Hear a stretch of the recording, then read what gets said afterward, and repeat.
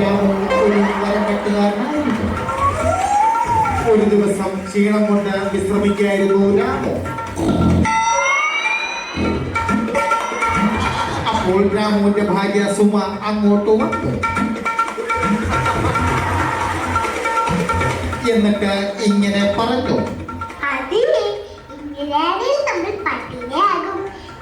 വീട്ടിൽ ഒരു മണി അരി പോലും ഇല്ല.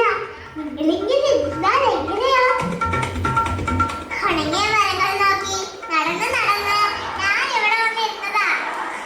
ഇതും പറഞ്ഞ് കോടാലിയും എടുത്ത് രാമു ഭാര്യയോട് ടാറ്റയും പറഞ്ഞ് കാട്ടിലേക്ക് പോയി.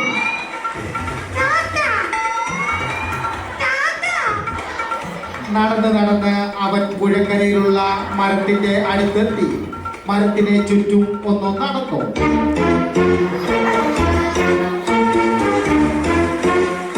എന്നിട്ട് ഒന്ന് നോക്കി മരത്തിനെ തൊട്ടു വന്ദിച്ചു. ഇത് കണ്ട് മരത്തിന് സന്തോഷമായി. മരം തുള്ളിച്ചാടി.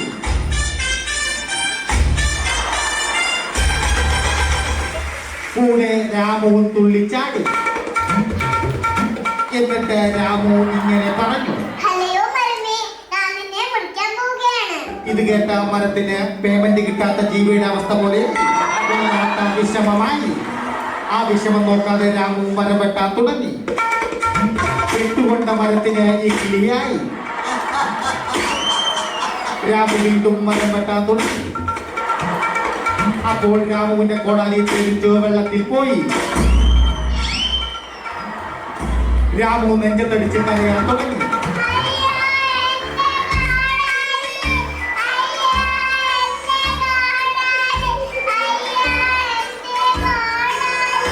ഇത് കേട്ട ഉച്ചമയക്കത്തിലായിരുന്ന ജലദേവത പ്രത്യക്ഷപ്പെട്ടു.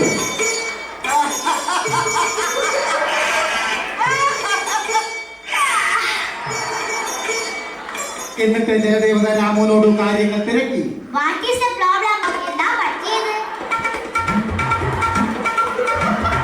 രാമു നടന്ന കാര്യങ്ങൾ ദേവതയോട് പറഞ്ഞു. ഇത് കേട്ട ദേവത വെള്ളത്തിൽ മുങ്ങുന്നു. എന്നിട്ട് വെള്ളിക്കോടാലിയുമായി വരുന്നു.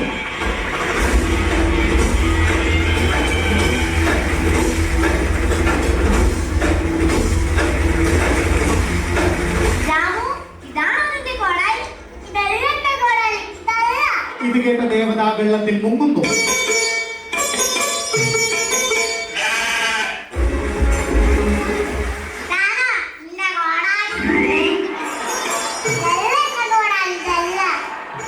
ദേവത വീണ്ടും മുങ്ങുന്നു. എന്നിട്ടൊരു ഇരുമ്പ് കോടാലിയുമായി വരുന്നു.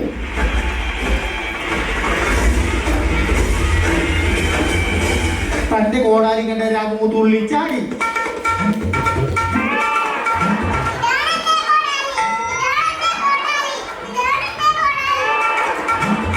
രാമുവിന്റെ സത്യസന്ധതയിൽ മനസ്സിലറിഞ്ഞ ദേവത 3 കോടാലിയും രാമുവിന് നൽകി. രാമു സന്തോഷം കൊണ്ട് തുള്ളിച്ചാടി.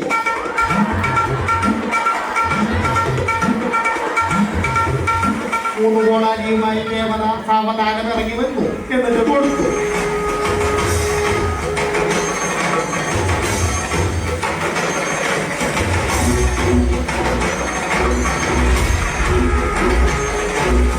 രാമു തുള്ളിച്ചാടി. ഇത് കണ്ട രാമുവിന് അയൽക്കാരൻ രാമു വന്നു. എന്നിട്ട് ആ കാര്യം തിരക്കി. രാമു നടന്നതെല്ലാം വിശദീകരിച്ചു.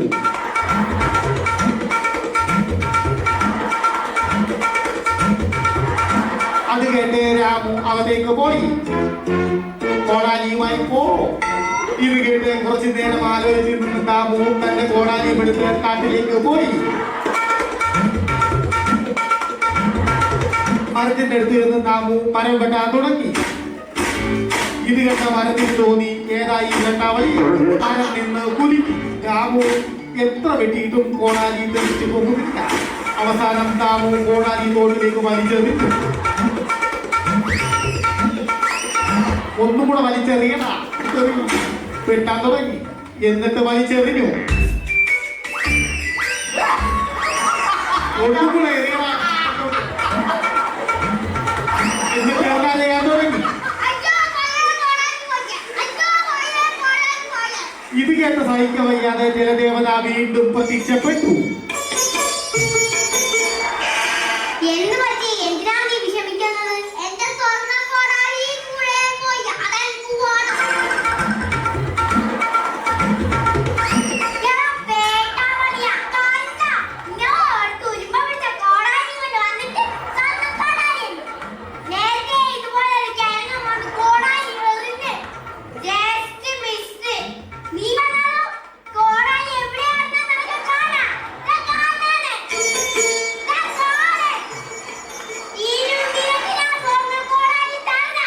ദാ കാണാനെ. ഈ നിന്നെ പരിസരത്ത് കണ്ടുപോയ കോടാലി എടുത്ത് മുതുകിനെ വെടിവെച്ചു. ഇത്രയും നല്ലൊരു കോമഡി സ്കിറ്റ് അവതരിപ്പിച്ച 3ാം ക്ലാസ്സുകാർക്ക് നന്ദി.